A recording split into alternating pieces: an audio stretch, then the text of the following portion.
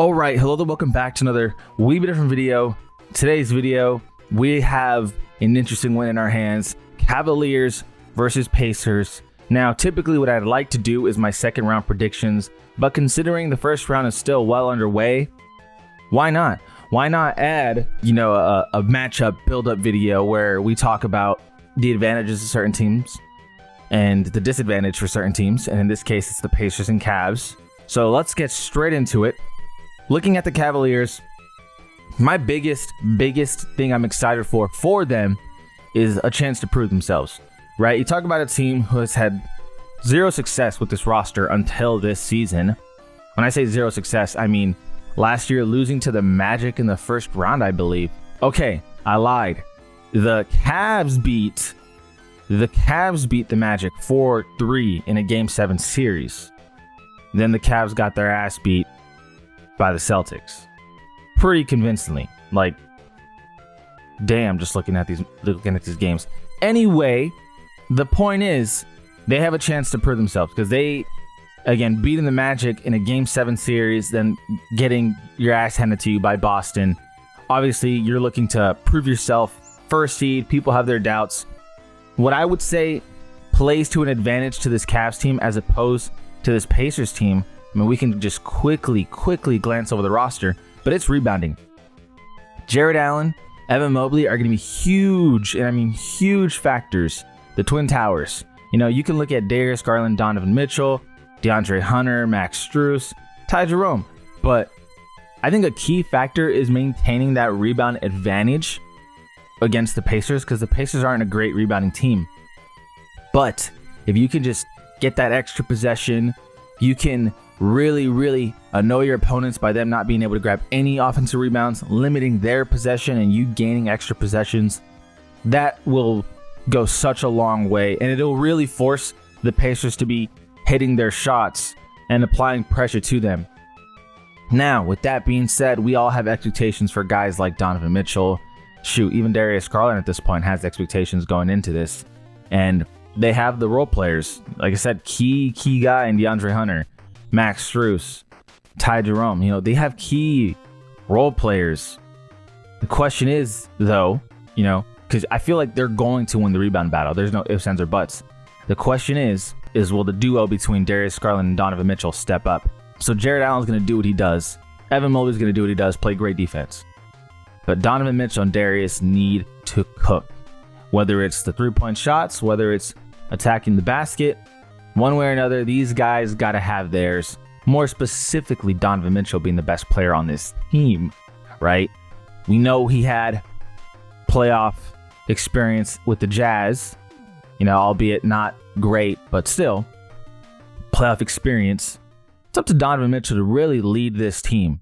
So that's what excites me about this team. Now let's talk about what excites me about the Pacers is they made life really difficult for the Celtics last year. Celtics, of course, went on to beat them in the conference finals to play.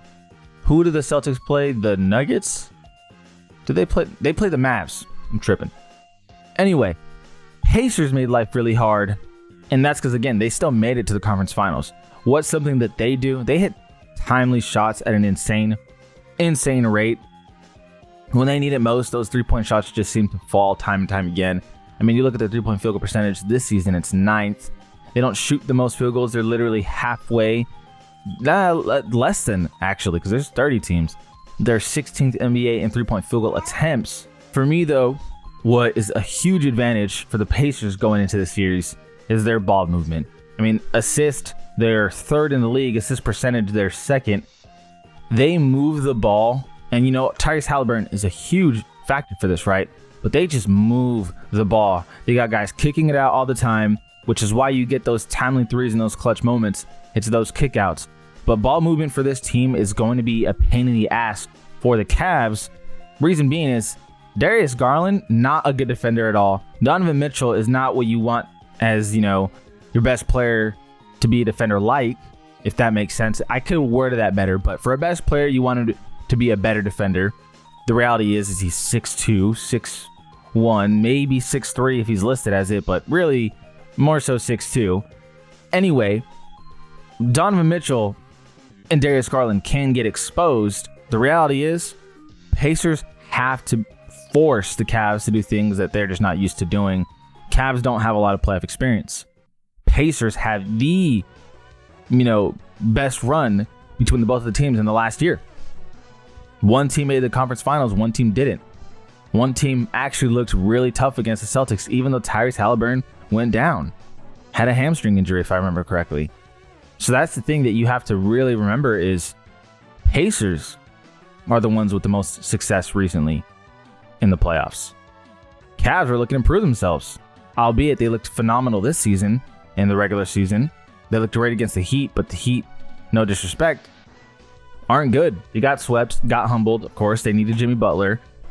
So it's just the reality of how the situation is. The Pacers are the ones with the track record of saying we're gonna fight. We're some dogs.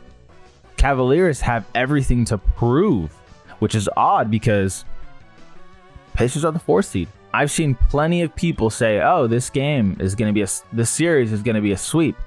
Cavs are gonna sweep the Pacers." If you think the Cavs are gonna sweep the Pacers, you're smoking crack. No way in hell that's happening. The Pacers are so insanely good at home in the playoffs.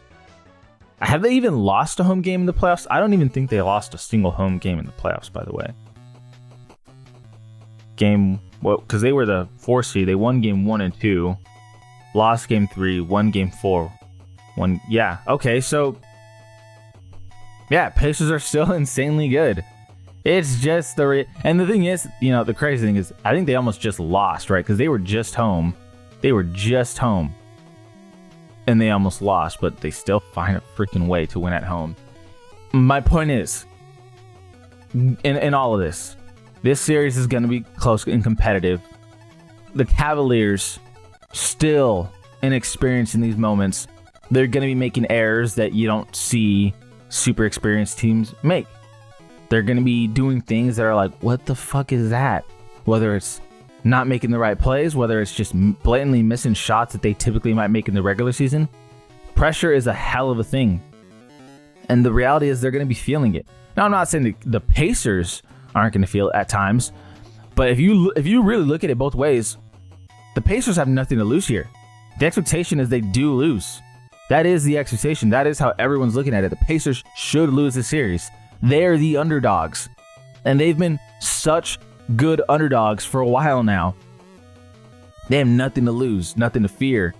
Cavs have everything to lose. They're the 1 seed. This is the year where they should really, show up. If you hear a baby in the background, that is my baby. Anyway, my point is, it's a series where pressure is going to be on one side significantly more than the other. On top of the fact that Pacers are such good underdog teams at hitting the most timely shots. We talk about a factor of Cavs benefit from the rebounding. Cavs benefit from the depth. They don't benefit from the mentality of being the underdog and what it means for this Pacers team to be that. It's going to show up. I'm telling you, this series is going to be bare minimum game 6. There's no way in hell this is a game 4 or 5. Bare minimum game 6. If it is 4 or 5, I will have to eat my words, and obviously that'll suck because this is kind of what I enjoy talking about and enjoy doing. But I will openly and honestly eat my words and say, all right, you know what? I was wrong. But if the Pacers win in game 4 or 5, I feel a little bit more vindicated because, again, what I'm arguing is the Cavs aren't going to dominate the way people think they are. This is game 6 or 7 written all over it. I'm here for it.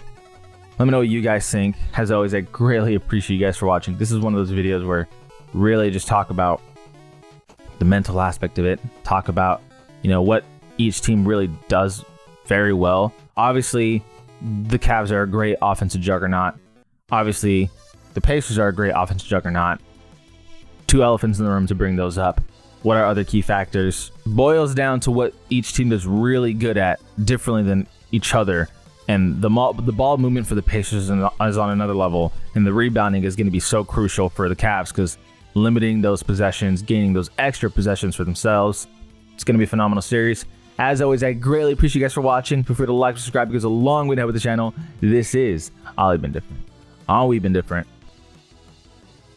And we out.